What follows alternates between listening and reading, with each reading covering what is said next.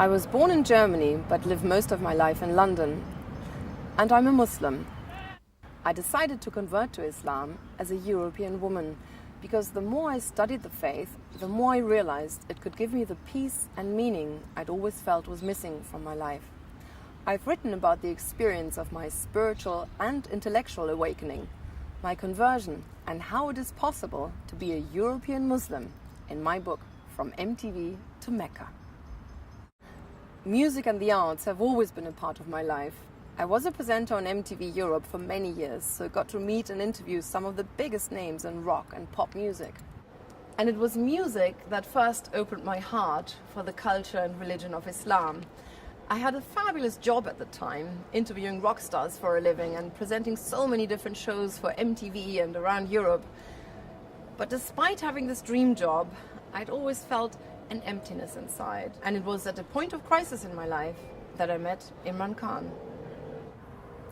Imran had a very different perspective on life, and he played me traditional Pakistani music, Qawwali as it's known in Pakistan. It means wise utterance. The songs talk about love, which turns into higher love. I was intrigued by this very different worldview that had God at its center, and I began to read books on Islam. Imran invited me to visit his country, and we traveled all over Pakistan. It was fascinating. I loved the warmth of the people, the beauty of the symbolic Islamic architecture, the nature, the jewelry and the fabrics, and I soon developed a taste for the delicious Desi food.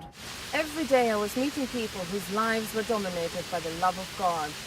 They cared very little for material things or show business. It was a stark contrast to my life at the time, and I began to question everything I knew. Where do I come from? Where am I going? What's the purpose of life? After studying for 3 years, I realized if I wanted to feel the beauty I was reading about and taste the spiritual fruits, there was only one way: get down on my prayer mat and start practicing. This is the mosque where I finally converted to Islam. It was the end of one chapter in the book of my life and the beginning of another.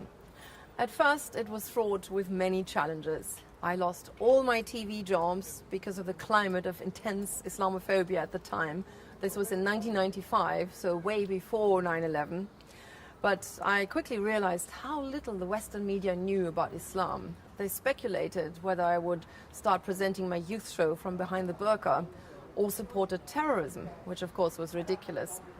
But now that I'd found it, there was nothing that could deter me from my faith. It's an inner source of serenity, tranquility, and that emptiness that I'd felt before was now filled with meaning. I went to explore different parts of the Islamic world, from Turkey to Syria and Egypt to Morocco, and I met an array of wonderful teachers and marveled at the beauty of the Islamic architecture.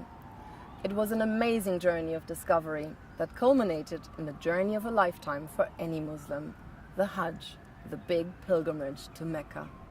Ever since, I've been trying to delve deeper into the heart of Islam and look for ways and outlets to harmonize my faith with my identity. I'm a Muslim and a European, living and working in Britain. I wrote my book as an inspiration to faith, to show that there is another dimension to life. Islam, if taken seriously, can be a positive tool of transformation for the individual and the society. And not to forget, we have far more in common between other religions than we may think. We need to build on these ethical values that we share while respecting our differences and work together for the common good. Build bridges and actually walk across them.